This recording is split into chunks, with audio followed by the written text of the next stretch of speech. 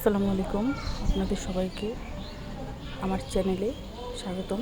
আজকে আমি আপনাদেরকে দেখাবো ঝটপট রাইস কুকারে কীভাবে ভুনা খিচুড়ি রান্না করা যায়। হাতে যদি খুবই অল্প সময় থাকে তাহলে আপনারা এই রেসিপিটি একবার ট্রাই করতে পারেন। খুব সহজ এবং দারুণ স্বাদের এই ভুনা খিচুড়িটি খুব অল্প সময়ে আপনারা তৈরি করে ফেলতে পারবেন। প্রথমেই আমি রাইস কুকারের হাঁড়িতে সব মশলা আদা, রসুন, হলুদ, মরিচের গুঁড়া দিয়ে পরিমাণ মতো পানি দিয়ে তেল দিয়ে বসিয়ে দিয়েছি, সাথে আস্ত গরম মশলা দিয়েছি।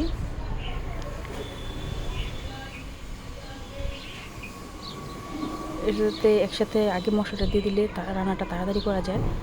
আর আলাদা হাঁড়িতে আমি চাল ডাল ধুয়ে নিয়েছি এবং উপরে কয়েকটা কাঁচামরিচ দিয়ে দিয়েছি।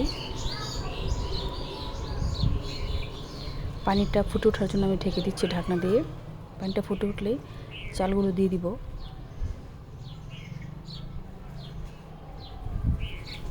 আমার পানিতে বলক চলে এসেছে। এখন আমি ধুয়ে রাখা চাল ডালগুলো দিয়ে দিব।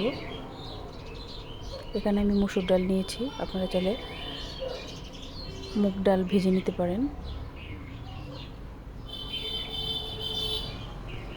সবগুলো চাল দিয়ে দিব। তারপর একটা খুন্তির সাহায্যে ভালো করে নাড়িয়ে দিব যাতে দলা পাকিয়ে না থাকে।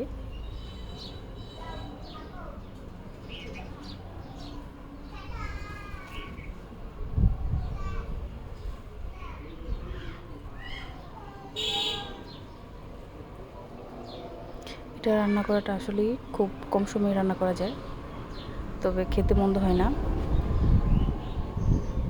হাতে কম সময় থাকলে এভাবে ট্রাই করতে পারেন। আমার পানিটা শুকিয়ে গেছে প্রায়। এখন আমি লাইনটা অফ করে দিয়েছি। মেশিনটা যতটুকু গরম থাকবে ওই গরমে আমার বাকি রান্নাটুকু হয়ে যাবে। নেড়ে চেড়ে দিতে হবে ভালো করে। এটা উল্টো পাল্টা করে নাড়া যাবে না, একটু সাবধানে নাড়তে হবে, না হলে ভেঙে যাবে। দিয়ে দিব ঘি। ঘিটা দিলে টেস্টটা আরও বেড়ে যাবে।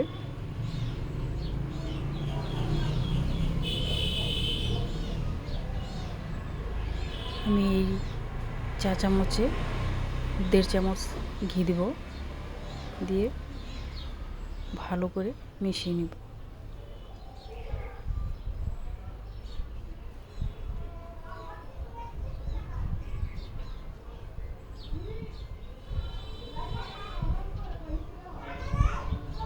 রান্না করতে আসলেই দেখুন কত কম সময়ে রান্না হয়ে গেল। দারুণ মজার ভুনা খিচুড়ি রাইস কুকারে। একই পদ্ধতিতে আপনারা চুলায়ও এটা তৈরি করতে পারেন। ভিডিওটি ভালো লাগলে অবশ্যই লাইক, কমেন্ট এবং শেয়ার করতে ভুলবেন না, এবং আমার চ্যানেলটি সাবস্ক্রাইব করে দিবেন এবং আমার পাশে থাকবেন। আল্লাহ হাফেজ।